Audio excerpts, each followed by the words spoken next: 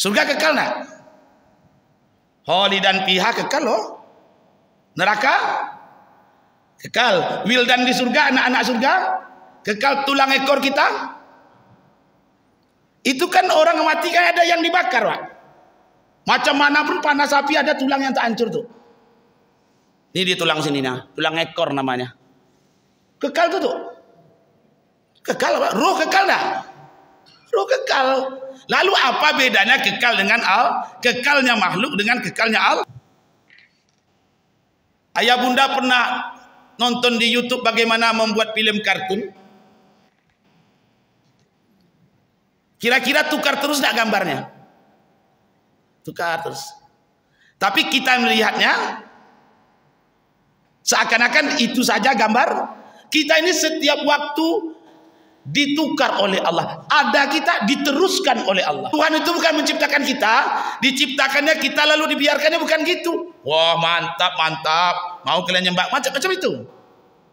Dilepaskannya. Kayak kita melepaskan ayam dari kan, suka tiwaang lah nak makan nak endak gitu. Tuhan itu dia telah ada dari dulu. Dari dulu. Dulu yang mana? Sebelum segala sesuatu yang ada.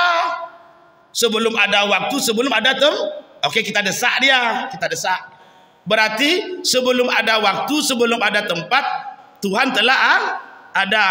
Sekarang telah ada tempat dan waktu. Apakah Tuhan wajib bertemu? Anda sehat gitu. Makanya kalau zat makhluk wajib bertempat, lawannya apa? Zat Allah, zat Tuhan mustahil membutuhkan itu dia. Karena wajib mukhalafah. Kalau belum mukhalafah dah. Allah wajib bertempat, tapi tak sama dengan bertempatnya kita. Masih tasbih namanya. Apa tasbih?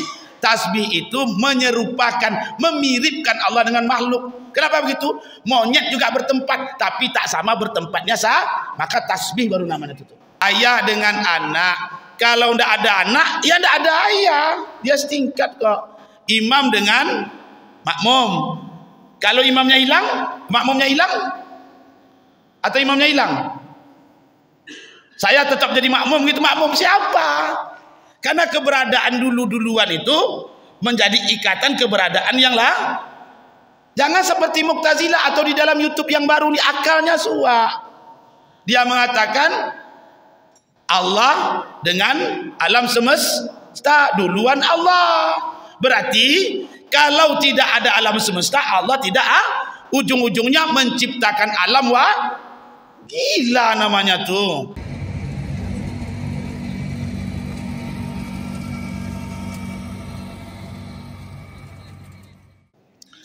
Kemarin saya telah menjelaskan sifat yang pertama yang wajib bagi Allah. Kita harus bisa memahami mana yang wajib syar'i, mana yang wajib akli. Kalau di dalam tauhid wajibnya wajib akli. Apa itu wajib akal? Yang tidak menerima tiada. Berarti akal tidak bisa menggambarkan kalau wujud tidak ada pada Allah. Tak bisa digambarkan oleh akal. Itu harus didudukkan. Yaitu sifat wujud. Sifat wujud ini oleh ulama dikelompokkan kepada sifat nafsiyah atau sifat jati diri. Sifat yang hanya menunjukkan kepada zat, tidak kepada lainnya. Karena ada sifat nanti disebabkan oleh sifat yang lain dan menunjukkan kepada makna lainnya. Tapi kalau sifat nafsiyah hanya menunjukkan kepada zatnya, tidak kepada makna lainnya dan tidak disebabkan oleh sifat yang lain. Contohnya wujud kalau pada makhluk bertempat kepada makhluk. Tidak akan bisa dipahami suatu zat yang diciptakan Allah tanpa tempatnya. Itu pada makhluk. Kemudian masuk kita pembahasan yang kedua yaitu sifat salbiyah. Sifat untuk mensucikan Allah, ulama menamakan sifat salbiyah. Di sifat inilah yang paling banyak titik tengkar yang terjadi antara Asy'ari dan orang-orang Mu'tazilah. Karena sifat salbiyah ini maknanya sifat yang menolak ketidaksempurnaan bagi Allah, menolak seluruh sifat yang tidak layak bagi Allah. Makanya sifat salbiyah itu maknanya tidak semuanya. Karena disinilah titik tengkarnya. Makanya kalau kita melihat perdebatan dalam ilmu kalam, maka kebanyakannya adalah perdebatan itu juga terjadi pada saat mentanzihkan Allah, yang mana mereka menolak sifat-sifat salbiyah. Contohnya kidam. Kidam tidak ada di dalam Al-Quran dan hadis. Yang ada maknanya awalun saja. Awal, dia tak mau menerimanya. Padahal apa makna awal itu? Yang pertama, anak saya juga yang pertama, berarti belum mukhalafah. Makanya oleh ulama, kalimat awalu di dalam Al-Quran dan hadis dinamakan dengan kidam, disebut dengan kidam sebagai gambaran bahwasanya yang dikatakan Tuhan itu tidak berawal. Yang akan kita jelaskan yaitu sifat salbiyah. Berarti sifat ini menolak seluruh ketidaksempurnaan bagi Allah. Kidam itu kan bahasa Arab. Bahasa Indonesianya dulu. Kidam ini boleh saja disifatkan kepada Allah, tetapi maknanya wajib disucikan dari hal yang tak layak bagi Allah. Lapasnya boleh tuh, boleh Pak, boleh Bunda. Lapasnya kidam boleh disifatkan kepada Allah, tetapi maknanya harus disucikan dari hal yang tak layak bagi Allah, yang bisa merusak kesempurnaan Allah. Jadi dulunya itu boleh.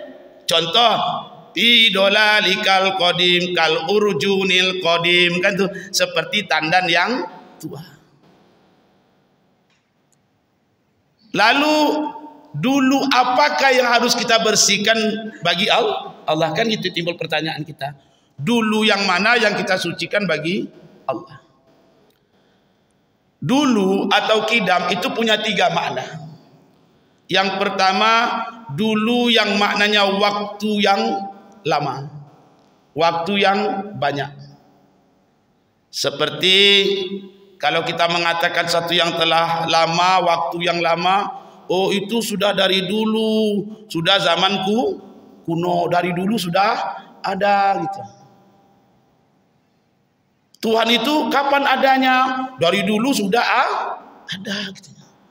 Nah, kalimat dulu seperti ini tidak layak disandarkan kepada Allah. Karena makna dulu waktu yang banyak itu membuat kesan seakan-akan seperti saya nih. Saya yang dulu kecil, saya yang sekarang sudah besar, saya yang akan datang belum tua, saya akan tuh. Karena Tuhan itu tak terikat dengan waktu, karena waktu itu diciptakan oleh Tuhan. Kalau kita ya, dulu kita waktu yang banyak gitu. Nah, kenapa? Kita itu adanya terikat dengan waktu. Adapun Tuhan, adanya Tuhan tak diikat dengan waktu. Kenapa? Karena waktu itu diciptakan, dibikin oleh Tuhan. Takkan mungkin Tuhan itu dulu sebelum ada waktu, dia tak butuh segalanya. Setelah dia menciptakan alam, baru dia butuh waktu untuk keberadaan. Tak masuk akal. Akal tak bisa menerimanya. Oh, itu dulu Tuhan Nabi Musa.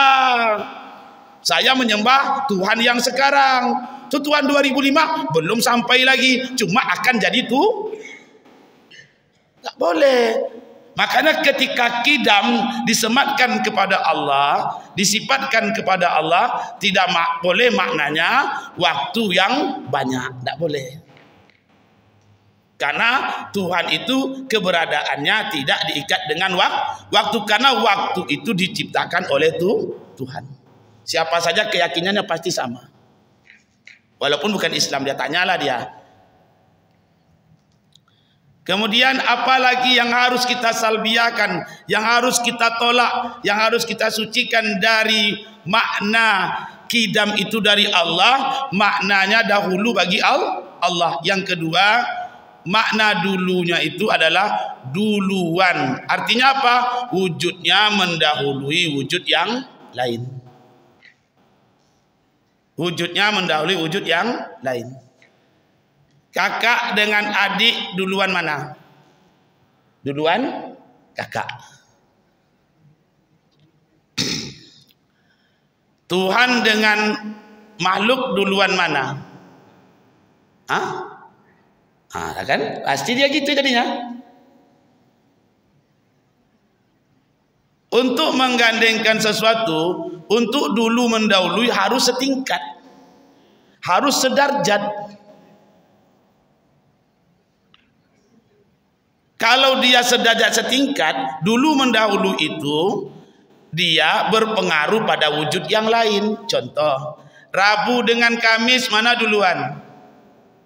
Rabu. Kalau nggak ada Kamisnya, nggak ada Rabunya, Kamis nggak muncul, nggak ada dia. Karena dulu mendahului itu adanya berpengaruh pada wujud yang lain. Contohnya lagi. Tadi contohnya rumah dengan tukangnya mana duluan? Ini banyak orang salah paham. Rumah dengan tukangnya mana duluan? Nah, kan? Oke, maaf nih ya, maaf ya. Tai kambing dengan kambingnya mana duluan? Nah, kan? Ini akan saya buka akal. Makanya belajar tauhid ini bengkel akal. Kalau ayah bunda belajar, kalau perlu bikin kopi. Karena ini bengkel akal supaya otak tuh sehat. Gitu. Gak ada hubungannya tai kambing dengan kambing duluan. Karena tidak setingkat, tidak sedarjat. Yang bisa duluan itu setingkat atau sedar. Ayah dengan anak. Kalau ndak ada anak, ya ndak ada ayah. Dia setingkat kok. Imam dengan makmum. Kalau imamnya hilang, makmumnya hilang. Atau imamnya hilang. Saya tetap jadi makmum gitu. Makmum siapa? Karena keberadaan duluan itu menjadi ikatan keberadaan yang lain. Jangan seperti Mu'tazilah atau di dalam YouTube yang baru ini akalnya suak. Dia mengatakan Allah dengan alam semesta duluan Allah. Berarti kalau tidak ada alam semesta, Allah tidak ujung-ujungnya menciptakan alam. Gila namanya tuh. Memangnya wajib Allah menciptakan alam nih. Jadi Allah wajib menciptakan alam untuk menunjukkan dirinya sebagai itu. Berarti kalau tidak ada makhluk di Allah bukan tuh. Gila namanya tuh. Sama dengan ini saya contohkan lagi biar paham. Kambing tai dengan tainya mana duluan? Ya nggak ada duluan, nggak ada hubungannya. Sama dengan buah dengan pohonnya. Mana duluan? Pohon pasti gitu akal kita. Padahal nggak ada hubungannya. Karena buah, tai kambing adalah hasil yang dikeluarkan nggak ada hubungannya. Jadi kalau dia tidak berbuah tidak pohon. Ayo Pak Pengurus. Kalau kambing tak berak tak kambing gitu. Jadi kalau dia tidak menciptakan alam dia tak Tuhan. Bengkel akal ketua. Makanya di YouTube tuh makanya saya pernah berdebat dengan ahli falsafat Pekanbaru, bingung dia. Karena orang ilmu kalam, orang mutakallim ini akalnya udah dibongkar akalnya. Sama dengan perempuan dengan anak. Jadi dia harus beranak menunjukkan dirinya perempuan gitu. Karena anak adalah yang dihasilkan dari perempuan, tidak ada hubungannya dengan zat perempuan. Kalau zat hubungannya dengan sifat bukan dengan kerjanya gitu. Jadi kalau dia nggak buat rumah nggak tukang. Ngapa orang kini ndak kojo, dia ndak tukang leangnya. Ngapa ndak tukang dia ndak memaku. Oh berarti kalau memaku baru tuh, ya ndak ada hubungannya. Karena tukang hubungannya dengan betul. Yang namanya Tuhan hubungannya dengan yang kita kaji ini sekarang sifat Tuhan bukan kerja tuh. Karena kerja Tuhan perkara jais gitu. Apa itu jais? Yang menerima ada dan tiada. Memangnya Allah wajib ciptakan saya gitu. Jadi kalau tidak ada Sarimar, Allah bukan Tuhan gitu. Tak mau gitu. Kalau bicara zat berarti hubungannya dengan sifat. Zat tak bisa dikenali dengan tanpa sifat, bukan dengan kerja, bukan dengan hasilnya. Pohon kelapa walaupun tidak berbuah tetap dikatakan pohon kelapa.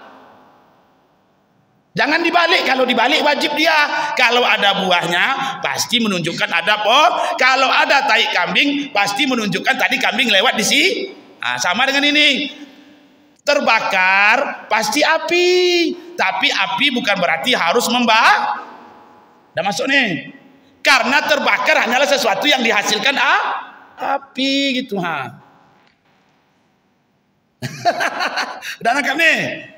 Itu makna kidam apabila kita sematkan kepada Allah. Bukan makna kidamnya itu dulu waktu yang banyak, ataupun kidam yang maknanya wujudnya mendahului wujud yang lain. Jangan kita katakan Allah dengan makhluk duluan Allah baru makhluknya, berarti kita mensetingkatkan Allah dengan kita. Hanya saja Allah duluan, kita belakangan. Bahaya enggak tuh akidah kita tuh? Sama saya setingkat dengan dia, dengan datuk nih. Cuma kami sama-sama jamaah Baitul Muktamar. Hanya saja datuk itu senior saya juniornya. Mana boleh seperti itu? Karena Tuhan wajib mukhalafah gitu. Makanya sampai bilang, oh Tuhan itu dia telah ada dari dulu. Dari dulu. Dulu yang mana? Sebelum segala sesuatu yang ada. Sebelum ada waktu, sebelum ada Oke, kita desak dia, kita desak. Berarti sebelum ada waktu, sebelum ada tempat, Tuhan telah ada. Sekarang telah ada tempat dan waktu. Apakah Tuhan wajib bertemu? Anda sehat gitu. Akal Anda sehat. Dulu dia untuk wujudnya tak butuh dengan apapun. Karena dia kidam. Dia telah ada. Allah itu bukan seperti jin dan jun. Allah itu tak diciptakan Ustaz. Dia dulu tiba-tiba ting ada. Oh itu jin dan jun tuh. Mana seperti itu Tuhan adanya. Karena adanya Tuhan sesuatu yang kidam. Wujudnya Allah tidak menjumpai tiada. Tiada di awal dinamakan kidam. Tidak menjumpai tiada di akhir dinamakan bako. Kalau kita setiap waktu menjumpai tiada. Saya tanyakan kepada kita semua. Ayah bunda yang di rumah ada? Ayah yang di rumah ada enggak sekarang? Enggak ada ayah yang di sini, berarti ayah yang di rumah berarti wujudnya selain Allah dikejar oleh Masa gitu? Allah kalau sepertiga turun ke bumi, berarti aras kosong. Seperti itu. Ini harus dipahami. Makanya sifat salbiyah adalah sifat yang menolak ketidaklayakan bagi Allah, ketidaksempurnaan bagi Allah. Apa yang disucikannya? Mensucikan Allah dari seluruh kemahlukan. Nah, itu dia. Suci dia. Karena wujudnya Allah berbeda dengan wujud kita. Wujud kita terikat oleh waktu, terikat oleh tempat. Karena itulah terus dikejar oleh tiada. Sebentar lagi saya yang di sini nggak ada. Adanya di tempat lah. Nah, itu dia. Terus dikejar waktu. Kalau Tuhan takkan pernah dikejar waktu dan tempat. Karena waktu dan tempat diciptakan oleh Allah. Karena dia telah ada sebelum segala sesuatu ada. Nah, ini harus dipahami. Jadi bako itu gambaran apa itu? Tidak menjumpai tiada di akhirnya. Sesuatu yang tidak berawal pasti tidak berakhir. Pasti itu tuh. Kalau dia tidak berawal pasti tak berakhir. Tetapi sesuatu yang berakhir pasti Saya ulangi lagi biar lomak pahamnya. Sesuatu yang berawal pasti tak, sesuatu yang tidak berawal pasti tak berakhir. Sesuatu yang berakhir pasti berawal. Sesuatu yang berawal boleh saja berakhir. Nih, memahami bako. Saya ulangi lagi. Bako adalah, ini bako kan bisa pada Allah, bisa pada kan maknanya kekal nih tuh. Kalau kita bako kan bahasa Indonesia, bahasa Arab. bahasa Indonesianya kekal. Nah, yang kekal aja Allah. Surga kekal nak? Khalidan fiha kekal loh.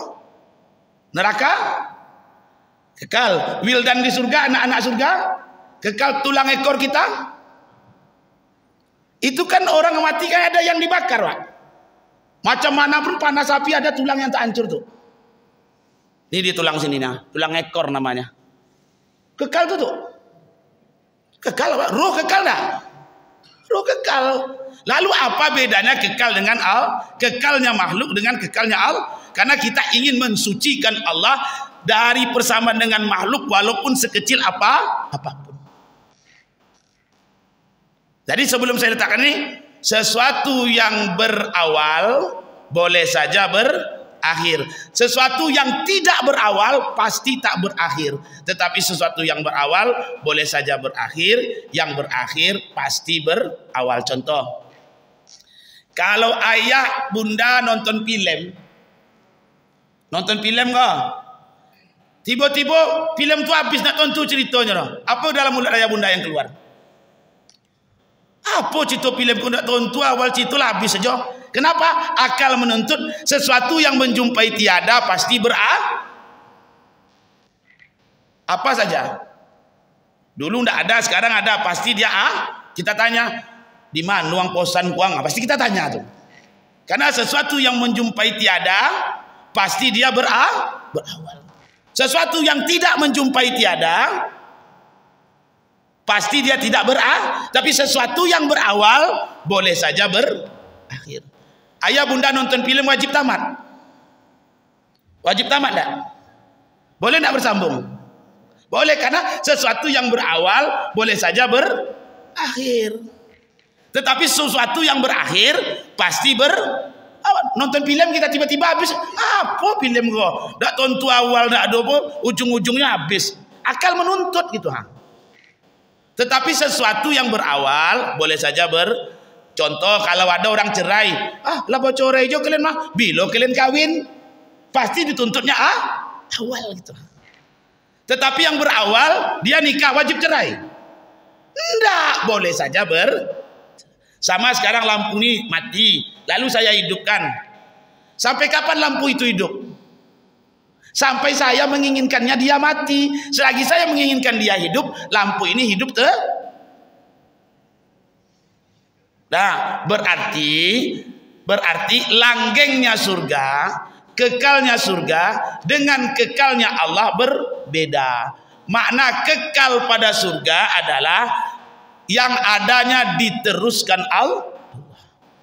Adapun kekal bagi Allah yang tidak menjumpai tiada. Kalau boleh saya menambahkan kajian sedikit agak berat. Sifat dengan zat lazim enggak? HP saya ini sifatnya peta. Bisa enggak dipisahkan peta ini dari HP saya? Enggak bisa. Berarti kalau ingin merubah petanya sekaligus dengan zat-zatnya. Tidak akan mungkin sifat berubah, zat tak berubah, akal tak bisa menerimanya. Kalau dibuat kaji berat nih. Yang agak berat kajinya tuh. Berarti kalau kita ingin merubah sifat, berubah dengan zatnya. Sekarang sifat saya gerak. Sekarang diam. Berarti bertukar sifat saya. Zat saya tukar atau tidak? Ayo. Tidak. Menurut Mama tukar atau tidak? Oke. Saya ulangi lagi. Zat dan sifat sesuatu yang lazim, tidak bisa dipisah. Kalau saya mau merubah sifatnya, wajib rubah dengan zatnya. Ayah bunda pernah nonton di YouTube bagaimana membuat film kartun? Kira-kira tukar terus enggak gambarnya? Tukar terus. Tapi kita melihatnya seakan-akan itu saja gambar. Kita ini setiap waktu ditukar oleh Allah. Ada kita diteruskan oleh Allah. Kita ini kan karena diadakan sama lampu ini, tidak saya matikan, lampu ini akan terus hidup selama saya menginginkan dia. Kita ini terus, Allah itu menciptakan kita tidak seperti orang Jepang buat Honda atau membeli jam dinding, pasang baterai, letakkan dinding, itu apa kerja kita lagi? Cuma nengok aja, dia jalan itu keyakinan Mu'tazilah namanya tuh. Betul enggak tuh? Jadi Allah menciptakan kita seperti orang Jepang buat Honda gitu. Ini untuk memahami makna bako, karena tidak ada yang bako selain Allah. Adapun selain dari Allah, dibakokan Allah untuk mengantarkan makna ini. Agar kita paham. Kalau Jepang buat Honda nih benda. Lalu kita beli, ada enggak orang Jepang nengok Honda kita tuh? Tak ada. Datang Jepang, orang Indonesia nih masih dipakai aja produk saya. Tuhan itu bukan menciptakan kita, diciptakannya kita lalu dibiarkannya, bukan gitu. Wah, mantap, mau kalian nyembah macam-macam itu. Dilepaskannya. Kayak kita melepaskan ayam dari kan, suka tiwaang lah, nak makan, nak enggak gitu. Enggak. Kita setiap waktu diadakan oleh Allah, persis seperti film gambar. Tapi tidak terasa Ustaz, kita tidak terasa karena yang dihilangkan itu kita. Terus berjalannya. Kita bergerak, kita sifat bertukar, ditukar oleh Allah, zat ditukar oleh, diadakan lagi, diadakan terus. Itu namanya bako bagi makhluk, diadakan terus. Surga dilanggengkan oleh Allah, diadakan terus oleh Allah. Neraka diadakan terus oleh Allah. Adapun Allah, bakonya tidak pernah menjumpai tiada. Kalau bakonya makhluk walaupun kekal, ada 7 yang kekal, tetap dia itu menjumpai tiada. Tapi adanya diteruskan Allah. Itu dia. Surga menjumpai tiada enggak? Surga. Nih. Orang di surga, dia makan apel hari ini, itu akan berbeda enaknya dengan apel yang kemarin. Berarti apel yang hari ini menjumpai tiada. Yang ada apel yang sekarang terus diadakan Allah. Api neraka menjumpai tiada enggak? Api neraka tambah panas atau begitu aja panasnya? Apa ketua? Kalau begitu aja panasnya enak orang neraka dong. Cuma segini. Hari Rabu ini juga rasanya. Hari Kamis ini juga rasanya. Mana ada seperti itu? Karena neraka itu dilanggengkan terus oleh Allah. Diadakan terus oleh Allah. Setiap waktu panasnya berbeda dengan kekalnya Allah. Kekalnya Allah tak menjumpai tiada. Makanya kita pasti menjumpai tiada. Tiada kenyang. Benar? Tiada lapar, tiada tidur. Kenapa menjumpai tiada? Karena wujud kita dilanggengkan Allah, diteruskan oleh Allah. Itu dia. Dah mulai nyambung. Mesti nyambung. Jadi jangan pernah Allah itu melepaskan. Makanya Rasulullah berkata apa? Demi yang jiwaku dalam genggamannya. Berarti kita tak pernah lepas dari kudrohnya Allah. Dimunculkan lagi. Bukan kayak melepaskan ayam dari kandang tuh. Dimunculkan. Maka demi yang jiwaku dalam genggamannya, Tuhan. Kata Rasulullah sallallahu alaihi wasallam. Jadi kita tuh setiap saat tak pernah lepas. Allah tak pernah tidur, Allah tak pernah ngantuk, Allah tak pernah lupa. Karena kita setiap saat dimunculkan oleh Allah, dilanggengkan, diteruskan oleh Allah.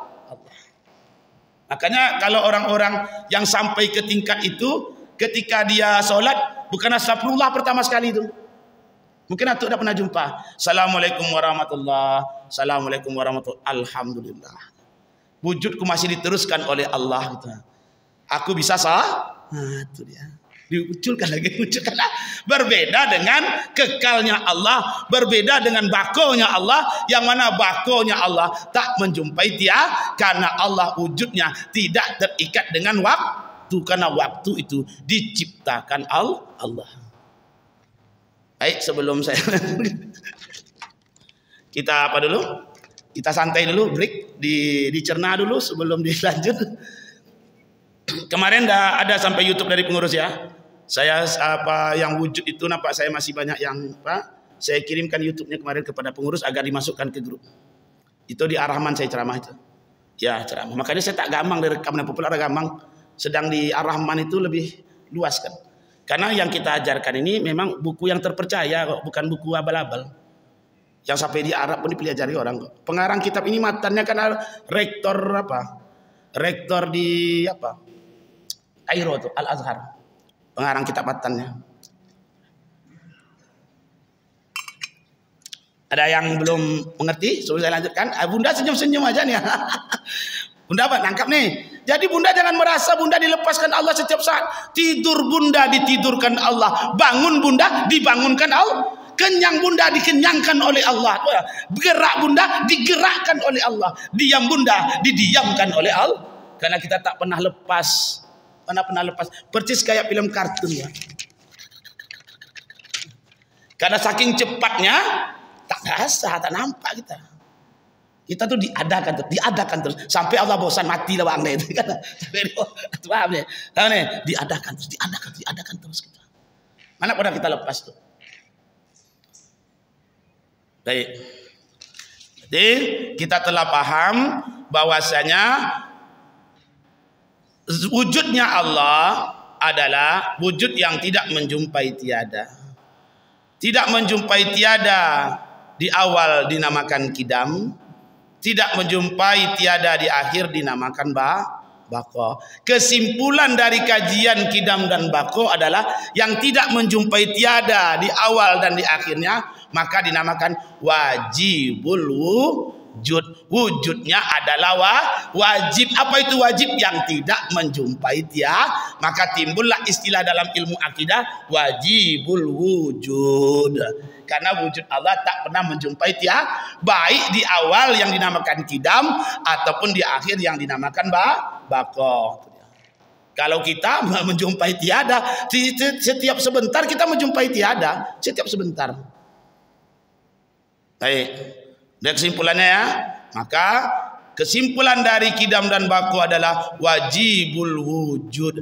Selain dari Allah, jaizul wujud. Apa itu jaiz? Yang menerima ada dan menerima tiada. Saya menerima dua perkara, menerima kenyang, menerima lapar, menerima sehat, menerima Nah, yang menerima dua perkara berarti dia adalah jaiz. Makanya seluruh alam semesta ini jaiz namanya. Yang wajib hanya Allah. Kenapa? Karena kesimpulan dari kidam dan bako adalah wajibul wujud. Wujudnya wajib yang tak menjumpai tiada. Jadi jangan sobik oleh Allah kalau malam di aras. Cuma kalau sepertiga malam turun. Aku berarti menjumpai tiada. Makanya tak bisa tuh memakan teks-teks itu, tak mau dia. Allah kalau orang sholat dia di depan orang sholat. Kadang-kadang dia di samping kanan Ka'bah, berarti dia menjumpai tiada. Karena kita memegang hadis itu Allah sebelah kanan Ka'bah, berarti Allah tidak ada di sebelah kiri Gacau kita tuh. Karena yang dikatakan wujud yang wajib adalah yang tidak menjumpai tiada, karena dia bako gitu. Karena dia bako, tak menjumpai tiada. Kenapa Allah wajib bako? Karena dia tidak berawal. Sesuatu yang tidak berawal pasti tidak berakhir. Tetapi sesuatu yang berawal, jaiz awalnya seperti kita, boleh saja berakhir. Makanya mati kita tak sama. Ada yang mati 80 tahun. Karena matinya itu tiadanya sama mati kita. Kalau sempat tiadanya wajib makhluk ini, sama mati kita semuanya jadinya. Karena mati kita jaiz, karena sesuatu yang berawal boleh saja berakhir. Tergantung siapa yang menciptakan. Saya hidupkan lampu, sampai kapan lampu ini hidup? Selama saya menginginkannya. Makanya ajal kita tak ada yang Datuk lah. Tahu ya? Makanya ajal kita tak sama. La tadri nafsun fi ardi ayyin tamun. Tidak ada satu manusia pun yang tahu di mana dia karena yang pegang kuasa saya. Kapan lampu ini mati saya yang tahu gitu. Tentang ajal kita, tentang tiadanya kita hanya Allah yang tahu gitu. Dan selesai.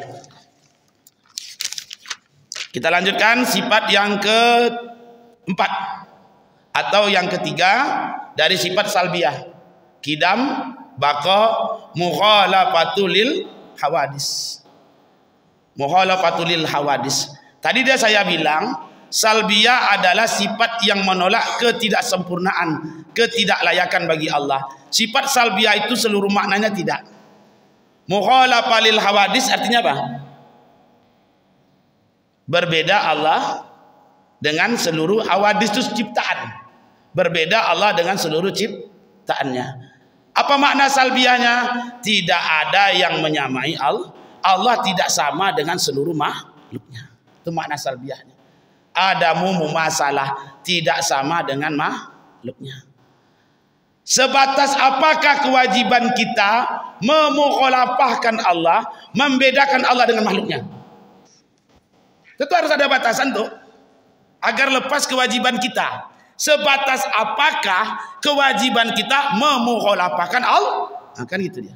Kalau enggak belum salbiyah tuh. Dia harus total mukhalafahnya antara kita dengan Allah. Kita dengan Allah harus wajib mukhalafah, total mukhalafahnya. Tidak ada satu pun boleh sama. Kita wajib memukhalafahkan Allah pada 3 tempat. Pada 3, apa itu? 1, pada zatnya wajib tuh. Makanya kalau zat makhluk wajib bertempat, lawannya apa? Zat Allah, zat Tuhan mustahil membutuhkan itu dia. Karena wajib mukhalafah. Kalau belum mukhalafah lah, Allah wajib bertempat, tapi tak sama dengan bertempatnya kita. Masih tasbih namanya. Apa tasbih? Tasbih itu menyerupakan, memiripkan Allah dengan makhluk. Kenapa begitu? Monyet juga bertempat, tapi tak sama bertempatnya maka tasbih baru namanya itu. Belum terpisah, belum mukhalafah lagi dalam masalah zatnya. Masih ada tasbihnya. Kalau dia mengatakan, oh Allah itu bertempat seperti saya bertempat di sini, menempel saya dengan arasni, menempel saya dengan kursi itu mujassimah namanya tuh. Menjisimkan Allah, seakan-akan Allah berfisik, berukuran dan berbatas nih. Besar kursi dari berbatasnya nih. Ini menunggu apa tuh nih? Berbatas enggak tuh? Berbatas. Kalau saya duduk di kursi, berarti besar kursi dari berarti saya ukuran. Tidak mungkin saya duduk di atas jarum bisa. Nah kan? Berukuran namanya. Kalau dia mengatakan Allah itu duduk menempel seperti ini, dia maknakan istiqrar. Makna istiwa itu adalah istiqrar mujassim dia tuh. Kenapa makna istiqrar itu menempelnya batin, ini batin namanya. Batin sesuatu dengan zohir, ini zohir namanya, permukaannya. Menampilnya batin sesuatu kepada zohir sesuatu, itu mujassim namanya. Berarti memfisikkan Allah.